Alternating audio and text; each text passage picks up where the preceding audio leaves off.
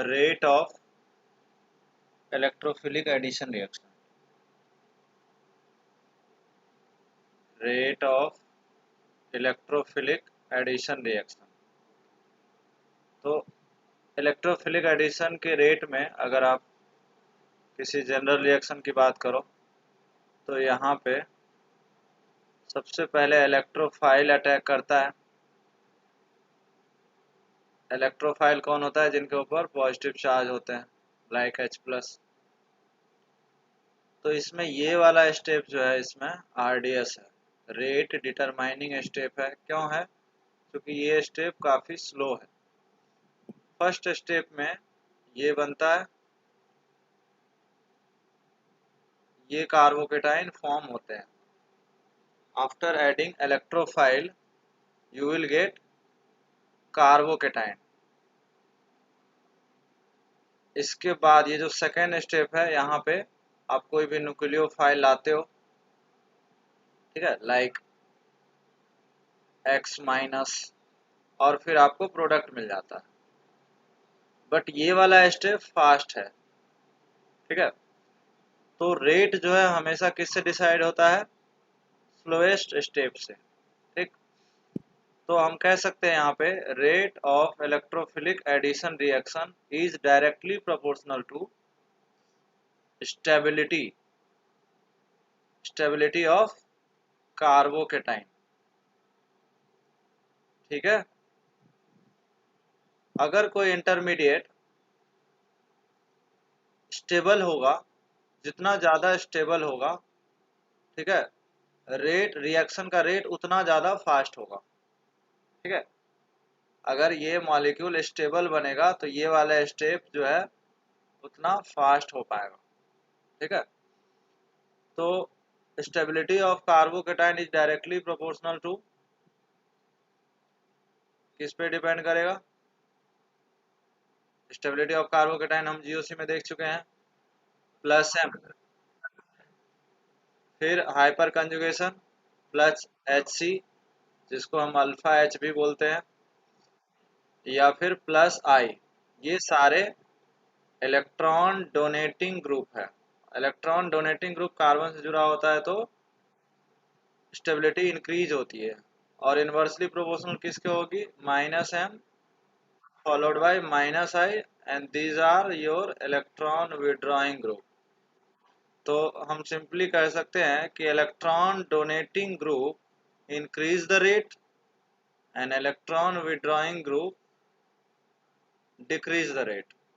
For example, अगर हम ये एल्कीन लेते हैं और ये एल्कीन लेते हैं, इन दोनों एल्कीन में अगर हम आपसे पूछ लें कि rate of electrophilic addition reaction, ठीक है, किसका ज़्यादा होगा? फर्स्ट का ज़्यादा होगा, सेकंड का ज़्यादा होगा? Tell me.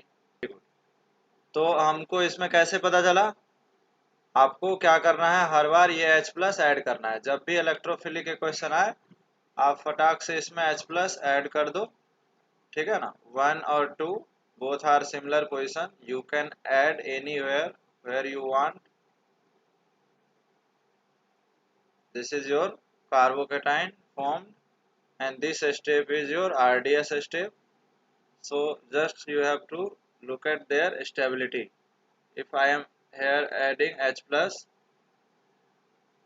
then definitely you can add one position only, sorry, 2 position, and carbocation is your first position, ठीक है ना। ऑल्दो आप अगर सेकंड पे ऐड क्यों नहीं कर रहे हो? क्योंकि फर्स्ट वाला जो पॉजिटिव चार्ज है वो ज़्यादा स्टेबल बनेंगे, ठीक है। तो डेफिनेटली आप 1 पे बनाओगे, मतलब आपको कार्बोकेटाइन वहाँ बनानी है जहाँ स्टेबिलिटी क्या हो? ज़्यादा हो। तो आप यहाँ देख सकते हो कि इस पॉजिटिव चार्ज पे 6 अल्फा H हो गए, 3 यहाँ वाला और 3 यहाँ वाला। बट अगर आप 2 पे बनाते तो डेफिनेटली आपको 2 ही अल्फा H मिल पाते। तो whenever there is the possibility of 2 carbocation, you should form stable carbocation, more stable carbocation, ठीक है। एनीवे, यहाँ पे 3 अल्फा H है और यहाँ पे 6 अल्फा एच है। तो अकॉर्डिंग टू RHI रूल, ठीक है, आप कह सकते हो कि जितना ज़्यादा अल्फा एच होगा स्टेबिलिटी उतना ज़्यादा होगा। तो second is more reactive than first. तो इस पे हम आपको कुछ क्वेश्चन दे रहे हैं यहाँ, ये बहुत इंपॉर्टेंट पार्ट है। रेट के क्वेश्चन पूछे जाते हैं। रेट के क्वेश्चन जब भी पूछे जाएंगे, आपको कौन सा किसके अकॉर्डिंग रेट बताना ये जरूर मेंशन करता है, ठीक है ना। Towards electrophile, towards nucleophile. तो अभी जो क्वेश्चन है वो क्या है, टुवार्ड्स, ये क्वेश्चन है इलेक्ट्रोफिलिक एडिशन रिएक्शन के, ठीक है। इसमें आपको कार्बोकेटाइन बनाने हैं और फिर रेट के ऑर्डर बताना है। ट्राई दिस क्वेश्चन, ठीक है। तो आंसर डिस्कस करते हैं। पहले मैं आंसर बोलता हूँ। देखो, फर्स्ट की बात करें तो फर्स्ट क्वेश्चन में सेकेंड का रेट ज़्यादा होगा, सेकेंड में भी सेकेंड का ज़्यादा होगा। फोर्थ में, थर्ड में बात करें तो आपके पास अगर ये ए है, बी है, सी है और डी है, तो सबसे ज़्यादा ए का, उसके बाद आपके पास बी का, उसके बाद सी एंड डी। नेक्स्ट में हम बात करें तो ए, बी, सी, डी, ई। सी का सबसे ज़्यादा हो जाएगा क्योंकि वही प्लस एम है, तो सी सबसे ज़्यादा। उसके बाद अगर हम बात करें तो सी के बाद हो जाएगा ई, उसके बाद क्या होगा,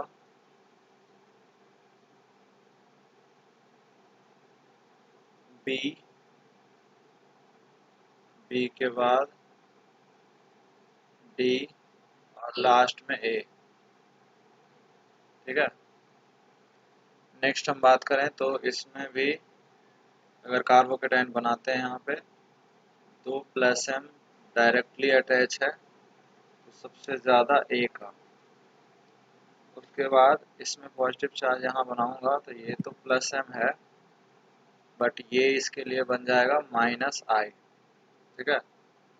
तो यहाँ पे ये क्या है, प्लस आई है, और ये इसके लिए प्लस एम है। तो डेफिनेटली आपके पास सी वाला ज़्यादा हो जाएगा, ठीक है। तो सी, उसके बाद आएगा बी, और लास्ट में ये जहाँ पे रेजोनेंस नहीं है तो आपके पास आ जाएगा डी। नेक्स्ट क्वेश्चन की बात करें तो सारे ग्रुप सेम है, यहीं पे डिफरेंस है। तो अगर हम इस ग्रुप को आइडेंटिफाई कर लें तो 3 अल्फा एच है यहाँ पे, this is always minus I, this is plus M and this is minus M. अगर ग्रुप आइडेंटिफिकेशन आता है तो क्वेश्चन इजीली बन जाता है, ठीक है। हर जगह कार्बोकेटाइन ये है, पॉजिटिव चार्ज का कार्बोकेटाइन बनानी है, आप लोग रिंग में कार्बोकेटाइन नहीं बना सकते, ठीक है ना। तो प्लस एम से सी सबसे ज़्यादा हो जाएगा। उसके बाद आ जाएगा आपके पास ए, उसके बाद आ जाएगा बी और लास्ट में डी। इसमें अगर हम CPM बनाते हैं, ये हमारा फर्स्ट कार्बोकेटाइन बनाते हैं, CPM बन जाएगा स्पेशल कार्बोकेटाइन की स्टेबिलिटी। ये आपका बेंजाइल है, ये 4 मेंबर है, और ये आपके पास यहाँ पे कार्बोकेटाइन बनेगा। तो डेफिनेटली CPM ज़्यादा होता है, तो ए, फिर बी, और उसके बाद इनमें डी, फिर सी। अगेन यहाँ पे ये प्लस एम है, ठीक है, तो इसका ज़्यादा हो गया। नाइन्थ की बात करें तो वही पॉजिटिव चार्ज यहाँ बनाए, ये हो गया प्लस एम, ये हो गया माइनस आई, बट यहाँ पे पॉजिटिव चार्ज बनेगा तो प्लस एम बहुत स्ट्रॉन्ग है OCH3 का, तो डेफिनेटली हमारा सबसे ज़्यादा हो जाएगा बी। उसके बाद हम किसको ले सकते हैं, कार्बोकेटाइन यहाँ बनाएंगे, ये दोनों इनके लिए माइनस आई जैसा बिहेव कर रहा है और यहाँ पे प्लस एम है, तो हमारे पास ए पहले हो जाएगा। उसके बाद डेफिनेटली ये माइनस आई है, तो बी के बाद आपके पास डी हो जाएगा। ठीक है, चूंकि यहाँ पे प्लस फैक्टर है, दिस इज योर प्लस आई, और यहाँ बनाएंगे तो ये भी प्लस आई बन जाएगा। तो डी के बाद सबसे लास्ट में जो होगा वो दो माइनस आई वाला, यानी सी। ठीक है, इसमें एक और क्वेश्चन था क्या, ए बी सी डी। हाँ, क्वेश्चन नंबर 10 में फिर से वही प्लस एम है ये, तो फर्स्ट का ज़्यादा। तो ये था डिस्कशन। किसी क्वेश्चन में डाउट है आपको?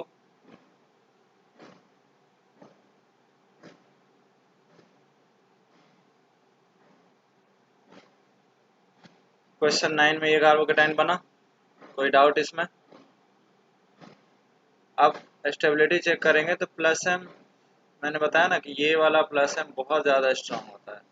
ठीक है ना, प्लस एम के ऑर्डर अगर आप चेक करोगे तो प्लस एम के ऑर्डर में OCH3 या फिर NHR या NR2, ठीक है, OH, OR, ये सब जो ग्रुप है जो लोन पेयर होता है, ठीक है ना, मैंने आपको रेजोनेंस के केस में बताया भी था। रेजोनेंस केस नंबर 13, ए पे पॉजिटिव और बी पे lone pair, this is your A, this is your B. जब भी ऐसा केस होता है तो ये सब क्या है, स्ट्रॉन्ग प्लस एम। तो किसी भी क्वेश्चन में ऐसा दिख जाए, ठीक है ना, ये सिचुएशन कहीं भी दिख जाए तो वो सबसे ज़्यादा हो जाएगा। तो बी सबसे ज़्यादा हो गया इसमें। अब उसके बाद इन सब में माइनस आई है और इसमें प्लस एम है। ठीक है ना, वीक वीक ही है लेकिन प्लस एम है, तो डबल बॉन्ड का वीक होता है, तो ए हो जाएगा। उसके बाद किसका होगा, यहाँ पे प्लस आई है और यहाँ पे माइनस आई। ठीक है ना, तो डेफिनेटली प्लस आई वाला फैक्टर ज़्यादा होगा, दो दो प्लस आई लगे हुए। ठीक है, या फिर अल्फा एच भी चेक कर सकते हो, तो अल्फा एच कितना होगा आपके पास, टोटल 5 अल्फा एच है यहाँ पे, और यहाँ पे कितना है, यहाँ पे 3 अल्फा एच। तो अल्फा एच के हिसाब से भी बी के बाद क्या आ रहा है, डी, और लास्ट में क्या आ रहा है, सी। Any doubt? इसके लिए आप एक लाइन लिख लो, रीअरेंजमेंट, नोट करके पॉइंट में लिख देता हूँ। ठीक है ना, बहुत इंपॉर्टेंट पॉइंट है ये, रीअरेंजमेंट यानी shifting is fast step, so rate does not affect by this step because RDS is slowest step। ठीक है, समझ आया बात? RDS कौन सा स्टेप था, स्लोएस्ट स्टेप था ना। तो जो कार्बोकेटाइन बनता है उसकी रीअरेंजमेंट वगैरह नहीं करानी, ठीक है ना, रीअरेंजमेंट नहीं करानी है। रीअरेंजमेंट हम लोग प्रोडक्ट के लिए करते हैं, ठीक है ना, तो रीअरेंजमेंट नहीं करानी है। क्लियर है ये चीज? रेट के क्वेश्चन में रीअरेंजमेंट नहीं करानी है। क्यों नहीं करानी है, rearrangement is a fast step and rate is decided by RDS only. ये 10 क्वेश्चन है, इसको ट्राई करो। इसमें भी rate of electrophilic addition reaction पूछ रहा है, ठीक है ना। आप कॉन्सेप्ट सीखते हो, उसके बाद मैं कुछ टाइम देता हूँ आपको क्वेश्चन सॉल्व करने के लिए, उसी टाइम में आप सीख पाओगे, अदरवाइज नहीं सीख सकते। ठीक है ना, विदाउट प्रैक्टिस आप सीख ही नहीं पाओगे ऑर्गेनिक। तो जैसे फर्स्ट क्वेश्चन में बात करें तो कार्बोकेटाइन जब बनाऊंगा, ठीक है ना, तो ये बन जाएगा CH3 और ये बन जाएगा CH2 प्लस 3 अल्फा एच है।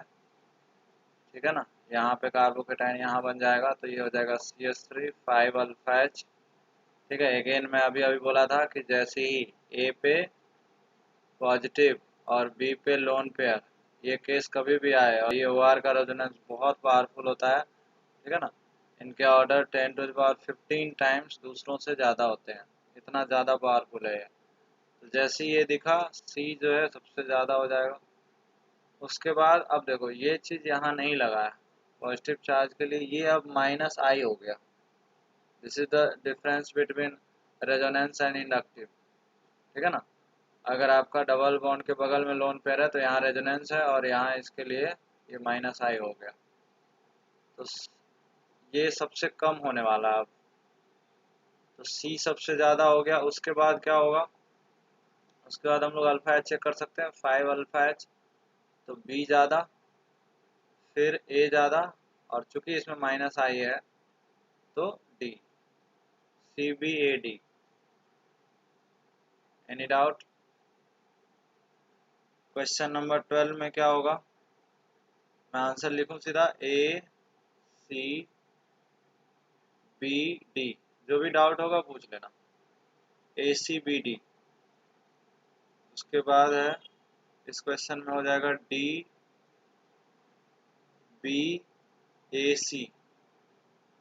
इसमें क्या हो जाएगा 1 ग्रेटर देन 2, इसमें आ जाएगा CBA, इसमें आपका सेकंड ज़्यादा, इसमें फर्स्ट ज़्यादा, इसमें भी फर्स्ट ज़्यादा, इसमें अगेन आपके सबसे ज़्यादा तो A होगा, A, फिर C, फिर B, एंड इसमें फर्स्ट ग्रेटर देन सेकंड। किसी क्वेश्चन में डाउट है तो वो पूछ सकते हो। बेटा 19th में ना, अगर हम अल्फा एच की बात करें, यहाँ तक तो सारे ग्रुप सेम ही है, हर जगह कार्बोकेटाइन सेम बनेगा। ठीक है, ये बन जाएगा CH3 एंड CH3, ये डबल बॉन्ड हट जाएंगे हर जगह से। अब आपको बस ये देखना है कि ये जो ग्रुप लगे हैं ये है -M ग्रुप, ये भी -M ग्रुप। अब दोनों के पावर पता होना चाहिए, तो ऑर्डर ऑफ -M जब तक आपको नहीं पता होगा तब तक नहीं कर पाओगे। ठीक है ना, तो ऑर्डर ऑफ -M में NO2 जो है ना ज़्यादा पावरफुल होता है किससे, CN से। ठीक है ना, आप ये ऐसे भी कर सकते हो कि NO2 क्या है, N क्या है, इलेक्ट्रोनेगेटिव है और कार्बन इलेक्ट्रो पॉजिटिव एलिमेंट है। तो इस तरह से भी ऑर्डर ना भी याद रहे तो इलेक्ट्रोनेगेटिविटी से हम कर सकते हैं कि NO2 सबसे पावरफुल -M होता है, जैसे +M इसका बहुत पावरफुल होता है ना, उसी तरह से इसका -M बहुत पावरफुल होता है। ठीक, तो बहुत पावरफुल होगा तो अनस्टेबल करेगा, तो इसलिए B कम हो गया, राइट। और A में तो प्लस फैक्टर है, 3 अल्फा एच है, तो A में हाइपर कंजुगेशन है। ठीक, और इन दोनों में -M के पावर देख लिया। अगर पावर ज़्यादा होगा तो वो कार्बन अनस्टेबल होगा ना, क्योंकि वो तो विड्रॉ करेगा। दोनों इलेक्ट्रॉन विड्रॉइंग है, ज़्यादा इलेक्ट्रॉन विड्रॉइंग कौन है, जो ज़्यादा इलेक्ट्रॉन विड्रॉइंग है। ठीक है, जो ज़्यादा इलेक्ट्रॉन विड्रॉइंग है वो ज़्यादा अनस्टेबल करेगा, इसलिए बी हैज लीस्ट रिएक्ट। और किसी क्वेश्चन में डाउट है? यहाँ पे इस कार्बोकेटाइन के पास अल्फा एच कितनी होगी, 6 अल्फा एच होगी। ठीक है ना, और इस कार्बोकेटाइन के पास, ये तो कार्बोकेटाइन भी नहीं है, ठीक है ना, डबल बॉन्ड पे पॉजिटिव चार्ज है, हमने CH के पास हाइड्रोजन ऐड किया। ठीक है ना, तो ये बन गया CH2। ठीक है, तो बताओ कौन ज़्यादा स्टेबल है, फर्स्ट ज़्यादा स्टेबल है या सेकंड? तो फर्स्ट वाला का रेट ज़्यादा हो गया, क्या प्रॉब्लम? ये आपका -CCl3 क्या है, ये -I ग्रुप हो गया ना, और यहाँ पे CH3 है, ये हो गया इलेक्ट्रॉन डोनेटिंग ग्रुप, ये क्लोरीन इलेक्ट्रॉन विड्रॉइंग ग्रुप होता है, तो रेट बढ़ गया। Electron donating group increase the rate, electron withdrawing group decrease the rate, दोनों जगह कार्बोकेटाइन सेम पोजीशन पे बन रहा है, तो कार्बोकेटाइन अनस्टेबल होगा, रेट डिक्रीज हो जाएगा, सिंपल। ठीक है, ये इस क्वेश्चन का आंसर है। किसी क्वेश्चन में डाउट है?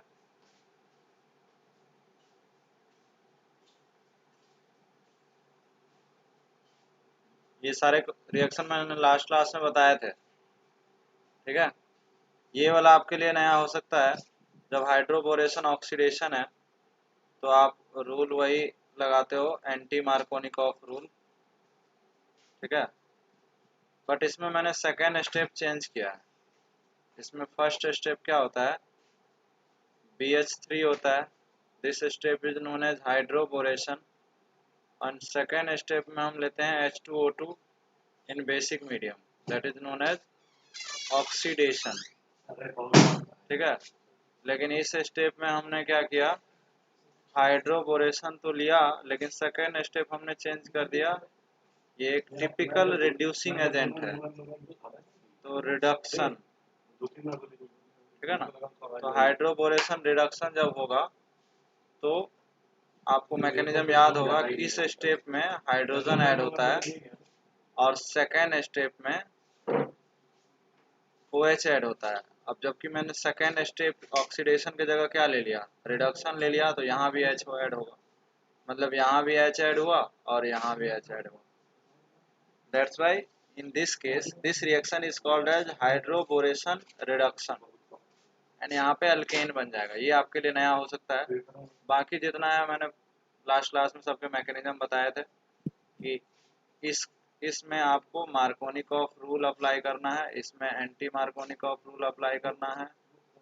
ठीक है ना, इन सब में क्या बनते हैं, कार्बोकेटाइन बनते हैं, वो रीअरेंज होके रिंग एक्सपेंड होता है। ठीक है ना, ये सब सारे डिटेल में बता चुका हूँ।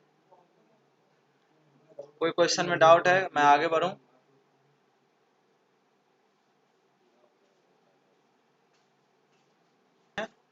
सारा रिएजेंट सेम है, मैं सिर्फ क्वेश्चन चेंज कर रहा हूँ, ध्यान देना। मैंने क्वेश्चन को बदल दिया। ठीक है, क्वेश्चन मैंने ये ले लिया, ठीक, इस तरह से यही सारे प्रोडक्ट, मतलब यही सारे रिएजेंट है, और क्वेश्चन ये हो गया। अब क्या ये प्रोडक्ट लिख सकते हैं हम लोग? ट्राई करो इसको लिखने का। एक चीज बस इसमें ऐड करना होगा, सिर्फ H2H+ से वाटर एडिशन नहीं होता, इसमें आपको मर्क्यूरी का कैटलिस्ट भी लेना पड़ता है, HgSO4 या Hg+2। ठीक है, this reaction is known as Kucherov reaction. This is the only difference of alkene and alkyne. Simple, यहाँ पे वाटर का एडिशन H2H+ से हो जाता था। As you can see here, alkene is more reactive. There is no need to any catalyst. Alkyne is least reactive. That's why we need to Hg as a catalyst. This reaction is known as Kucherov reaction. And here this reaction is simply hydration. This reaction is known as hydration of alkene in simply acidic medium. Acidic medium. But this reaction is known as also hydration of alkyne. This reaction is also known as hydration, addition of water of alkyne. This particular reaction is known as Kucherov reaction. This is the only difference between alkene and alkyne. Otherwise, all reaction same. Just try to write a product, then we will discuss. ये आपका answer है, आप check करो एक बार। किसी question में doubt है तो आप बता सकते हो। एल्कीन अल्काइन के लास्ट क्लास में मैंने रिएक्शन बताया था।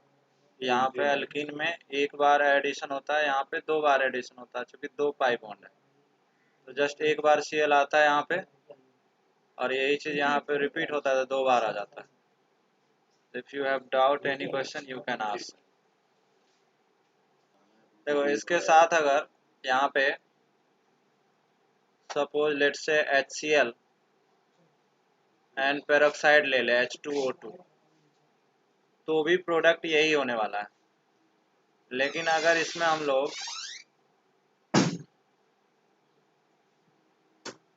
HBr ले लेते हैं, HBr plus R2O2, in this case you can directly apply anti Markovnikov rule, ठीक है ना। This is known as peroxide effect या खरास इफेक्ट या फिर anti Markovnikov rule, anti Markovnikov effect.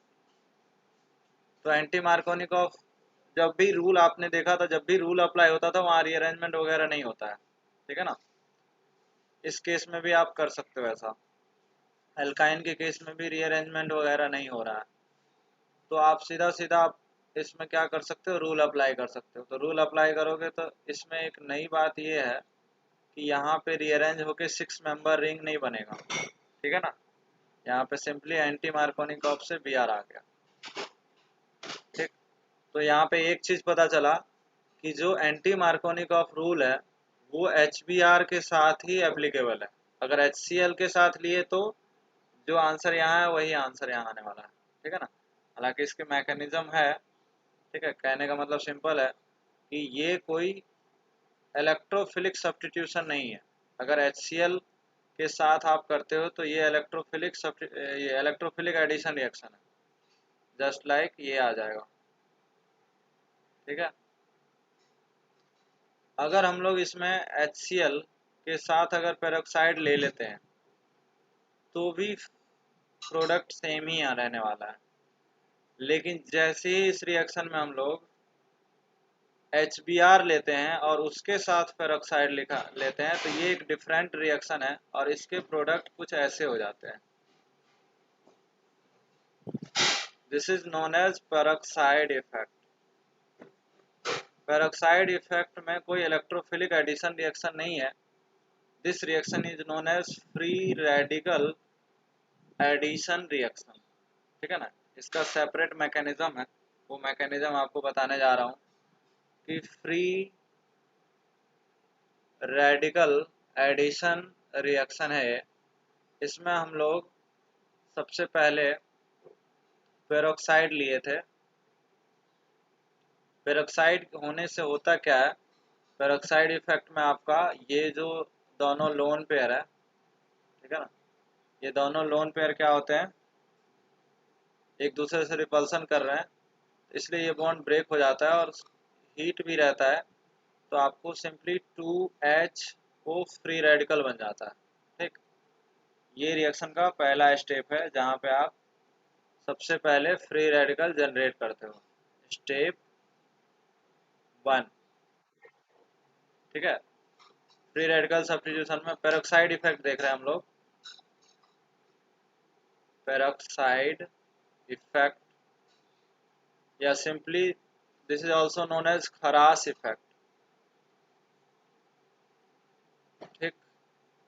या फिर हम इसको एंटी मार्कोनिकॉफ इफेक्ट भी बोल सकते हैं।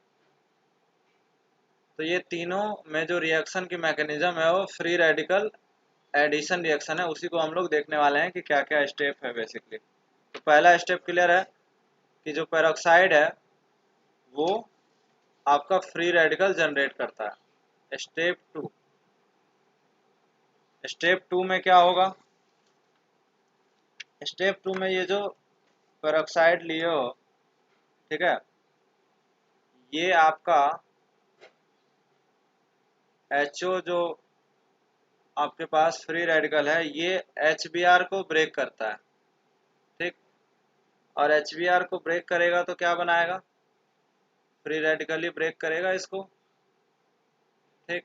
तो यहाँ से बन जाएगा वाटर और एक न्यू फ्री रेडिकल जनरेट होगा, like this single electron. Again आपका फ्री रेडिकल जनरेट हुआ, सेकेंड स्टेप भी फ्री रेडिकल जनरेट हुआ। स्टेप 3 इसमें बहुत इंपॉर्टेंट है। स्टेप 3 में क्या होता है, ये जो बी आर फ्री रेडिकल है ये क्या करता है, जैसे हमने अल्कीन अभी लिया था, एक जनरल अल्कीन ले लेते हैं R C H double bond C H two. अब डेफिनेटली फ्री रेडिकल का रिएक्शन फ्री रेडिकल जनरेशन का होगा, तो यहाँ पे कुछ इस तरह से फ्री रेडिकल बना, फ्री रेडिकल बनेगा, ठीक है ना। एक इलेक्ट्रॉन इसको दिया तो एक इलेक्ट्रॉन यहाँ आया होगा, ठीक है, और एक इलेक्ट्रॉन यहाँ आया होगा। तो ये फ्री रेडिकल और एक एक इलेक्ट्रॉन बी आर का मिलके यहाँ पे बॉन्ड बन गया होगा। ये स्टेप समझ आया। ये जो पाई इलेक्ट्रॉन है होमोलिटिकली ब्रेक हुआ, एक एक इलेक्ट्रॉन दोनों के पास आया, बी आर ने अपना एक इलेक्ट्रॉन दे दिया तो बॉन्ड बन गया इनके बीच, ये फ्री रेडिकल रह गया, ठीक है ना। इसमें आप ऐसा भी सोच सकते हो कि ये वाला क्यों नहीं बना, अगर हम सपोज यहाँ पे बी आर ऐड करते तो इस केस में ये बनता, दोनों बन जाएगा बट ये मेजर है, ठीक है, क्योंकि ये मोर स्टेबल है और ये लेस स्टेबल है, ठीक है ना, अल्फा एच बी ज़्यादा है, तो ये आपका मोर स्टेबल इंटरमीडिएट है ये, ठीक, और ये लेस स्टेबल है। तो फर्दर स्टेप 4 जो है इनसे आगे बढ़ जाएगा। तो स्टेप 4 में हमारे पास है R C H free radical C H two B R, ठीक। इसमें हम लोग क्या लेने वाले हैं, एच बी आर लेने वाले हैं। फोर्थ स्टेप भी बहुत इंपॉर्टेंट है। इसमें क्या होगा, ये फ्री रेडिकल अगेन इसको होमिलिटिकली ब्रेक करेगा और यहाँ से इनको क्या मिल जाएगा, आर सी एच, एच मिल गया, C H two B R पहले जुड़ चुका है, ठीक है। इसी को हम लोग डायरेक्ट कैसे लिख सकते हैं, एंटी मार्कोनिकॉफ रूल से लिख सकते हैं, ठीक है ना। अगर मुझे सिर्फ प्रोडक्ट लिखना है तो मैं क्या बोलूँगा कि जब भी H B R with peroxide आए तो you can apply anti Markovnikov rule. Anti Markovnikov rule as you know, anti Markovnikov rule क्या होता है, जहाँ पे ज़्यादा हाइड्रोजन है मार्कोनिकॉफ में वहाँ पॉजिटिव पार्ट ऐड होता था, तो एंटी में उल्टा हो जाएगा। तो जहाँ ज़्यादा हाइड्रोजन है सी एच और सी एच टू में, ज़्यादा हाइड्रोजन किसके पास है, ये टर्मिनल एल्कीन के पास, तो यहाँ पे एंटी मार्कोनिकॉफ रूल हो गया और ये सी एच टू हो गया। तो रूल, तो प्रोडक्ट तो देखो हम पहले भी ऐसा ले आए थे, ठीक है ना, बट इसमें क्वेश्चन ये अराइज होता है कि इस स्टेप में सेकेंड स्टेप में एच बी आर ही क्यों आया। लेट से अगर यहाँ पे एच एफ होता तो क्या ये रिएक्शन पॉसिबल था, तो आंसर है नहीं। अगर HCl होता तो भी नहीं होता, क्योंकि ये बॉन्ड काफ़ी स्ट्रॉन्ग बॉन्ड है, ठीक है ना। अब बॉन्ड स्ट्रेंथ जानते हो, तो बॉन्ड स्ट्रेंथ का ऑर्डर क्या होता है, HF HCl HBr and HI। HI bond काफ़ी वीक होता है और HF बॉन्ड बहुत स्ट्रॉन्ग होता है। तो ये दोनों रिएक्शन क्या हो जाएंगे, एंडोथर्मिक रिएक्शन हो जाएंगे, ठीक है, एंडोथर्मिक रिएक्शन हो जाएंगे। ऑर्गेनिक में एंडोथर्मिक रिएक्शन नहीं करा पाते हैं, ठीक है, क्योंकि हमें एनर्जी इसमें देना पड़ेगा, ठीक है ना, अलग से एनर्जी प्रोवाइड करना पड़ेगा। ये बॉन्ड इतना ज़्यादा स्ट्रॉन्ग है कि नॉर्मल कंडीशन में रिएक्शन नहीं हो सकता, आपको इसमें एनर्जी देना पड़ेगा, that is known as endothermic reaction. तो for HF and HCl is concern second step is endothermic. तो ऑब्वियसली थर्ड और फोर्थ स्टेप नहीं होगा, क्योंकि सेकेंड स्टेप ही जब नहीं हो रहा है तो थर्ड स्टेप की, थर्ड और फोर्थ की बात ही नहीं करेंगे।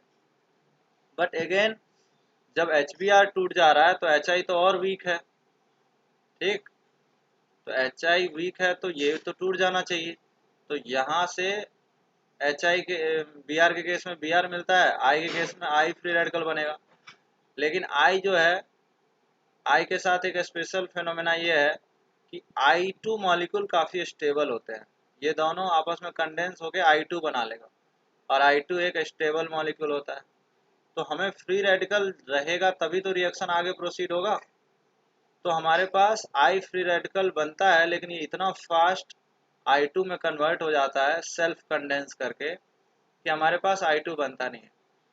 तो सेकेंड स्टेप में HI ये तो हो जाता है, दिस रिएक्शन इज एक्सोथर्मिक।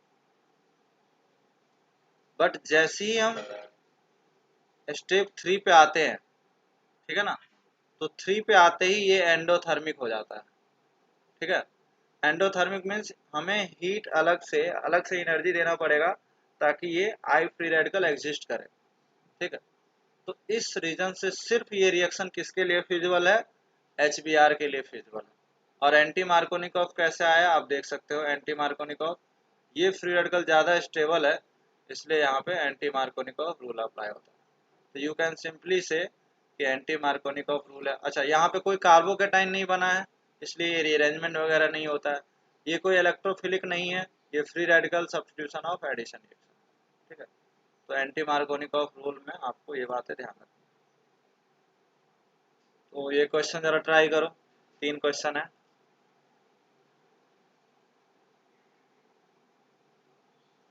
पहले केस में हम लोग HCl लिए हैं, दूसरे में HBr लिए हैं, और तीसरे में HBr प्लस R2O2 लिए। ठीक है, तो as you can see here कि HBr और peroxide effect only applicable with HBr। ये आपका पेरोक्साइड है। पेरोक्साइड कैसे भी फॉर्म में हो सकता है। पेरोक्साइड को पहचानने का तरीका ये है कि इस तरह से पेरोक्सी लिंकेज होता है, इसके साथ HBr दे दिया।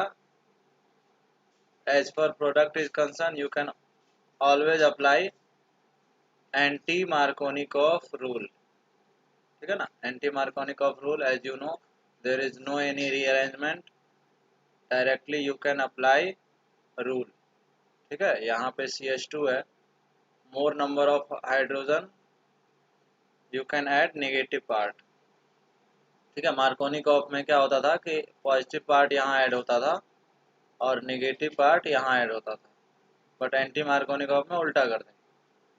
बट अगर सिर्फ HBr है तब तो कार्बोकेटाइन वगैरह बन जाएगा, और as you can see here कि 4 मेंबर रिंग रीअरेंज होके 5 मेंबर रिंग में बन जाता है और ये कार्बोकेटाइन बन जाते हैं।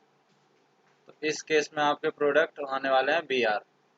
अब नेक्स्ट केस में आपका R2O2 ले भी लिया तो कोई एंटी मार्कोनिकॉफ रूल तो अप्लाई होगा नहीं, क्योंकि आपने देखा कि HCl बॉन्ड को ब्रेक ही नहीं कर पाता ये। तो again you can simply HCl react only, R2O2 as it is रह जाएगा, इसमें कोई उसका यूज नहीं है। तो जैसा कि इसमें हो गया, ये कार्बोकेटाइन बन जाएंगे और आपका ये प्रोडक्ट बन जाएगा। ठीक है, तो क्लियर है एंटी मार्कोनिकॉफ रूल, कोई डाउट इसमें? फ्री रेडिकल की बात कर ही रहे हैं तो एक रिएक्शन और है इससे related, free radical substitution reaction है। ये भी बहुत छोटा सा रिएक्शन है, कोई ब्रॉड मैकेनिज्म नहीं है लाइक EAR। जैसा कि अभी हमने फ्री रेडिकल एडिशन देखा था, वैसे ही एक और रिएक्शन है फ्री रेडिकल सब्स्टिट्यूशन रिएक्शन। यहाँ पे सिंपली क्या होता है, किसी अलाइलिक, अलाइलिक किसको बोलते हैं, ठीक है, जैसे ये वाले हाइड्रोजन जो है ना, this is known as allylic hydrogen. ठीक है, अगर इस रिएक्शन में आप NBS, मैं बताता हूँ NBS क्या होता है। अगर आप NBS कहीं पे प्रोडक्ट लिखा है तो you can simply allylic hydrogen replace by Br। Mechanism already free radical होता है, इसलिए नाम फ्री रेडिकल है। और यहाँ पे एडिशन नहीं हो रहा है, यहाँ पे double bond as it is है। सब्स्टिट्यूट क्या हुआ है, hydrogen is substituted by Br।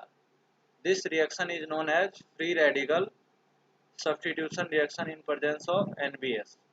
ठीक है, इसमें मान के चलो लाइक NCS होता, फॉर एग्जांपल एक और रिएक्शन NCS होता, तो यहाँ पे क्या आ जाता, Cl आ जाता, और इस तरह से CH CH2 हो जाता। लेट से मान के चलो अगर बेंजाइलिक भी होता सपोज, तो आपको यहाँ पे सिर्फ क्या देखना है, डबल बॉन्ड के बगल वाला, ठीक है ना। अगर ये है और इनके ऊपर हमने टॉलिन के ऊपर हमने NBS डाल दिया, ठीक है ना, इसी तरह से NBS लिखा होता है।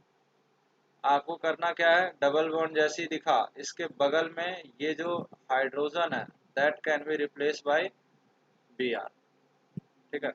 इस तरह से कोई भी क्वेश्चन हो, जैसे ये डबल बॉन्ड है, तो आपको यहाँ पे भी दिख रहा है CH और यहाँ भी दिख रहा है, ठीक है ना।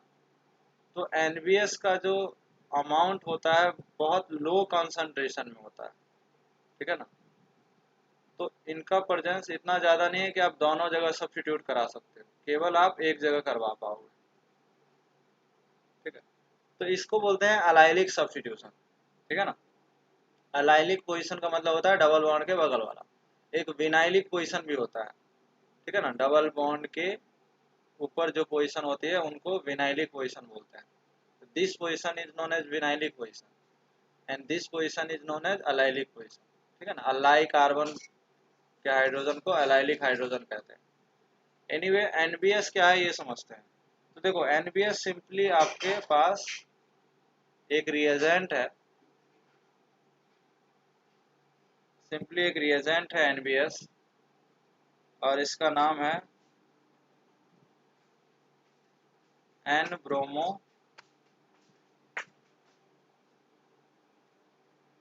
ठीक है। This is known as N bromo succinimide, succinimide है ये। इसी को शॉर्ट में NB और S बोल देते हैं, ठीक है। तो या तो आपको ये दिया रहे या फिर ये लिख दे, ठीक है, या सिंपली NBS आजकल यूज ज़्यादा करते हैं, तो NBS लिख दे, तो आप क्या करोगे, सिंपली अलाइलिक हाइड्रोजन को रिप्लेस किससे कर दोगे, Br से कर दोगे, ठीक है ना। तो ये रिएजेंट जो है आपका NBS कहलाता है। अब अगेन वही चीज़ है, ये जो है ना होमोलिटिकली ब्रेक होके यहाँ से Br फ्री रेडिकल जनरेट करता है, और Br फ्री रेडिकल जो है ऑब्वियसली जो मैकेनिज्म देगा इसमें, वो यहाँ पे ये वाला जो फ्री रेडिकल है, चूंकि अब लो कंसंट्रेशन में है, तो आपका यहाँ पे HBr बन जाएगा और एक दूसरा आपका यहाँ पे फ्री रेडिकल डेवलप होगा। तो इस तरह से इसकी मैकेनिज्म जानना उतना जरूरी नहीं है, बस आप ये सोचो कि this is the source of NBS is a source of free radical, you can simply allylic hydrogen replace by Br। Let's say अगर NCS होता, NCS का मतलब N क्लोरोसक्सीनिमाइड, तो वहाँ पे Cl आ जाता, ठीक है ना।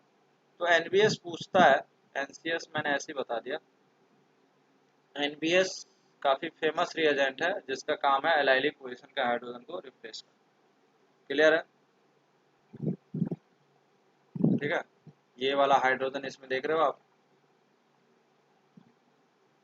ये डबल बॉन्ड है, डबल बॉन्ड के बगल वाला हाइड्रोजन को simply you can replace by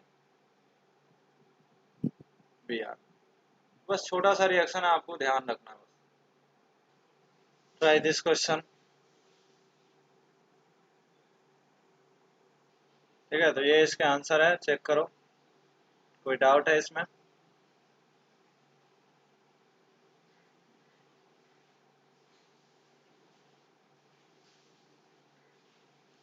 next class के लिए आप हेडिंग डाल लीजिए, मैं जब भी पूछूंगा तो ये टॉपिक बताना, ठीक है ना। Stereochemistry of electrophilic addition reaction, ठीक है। Thank you class.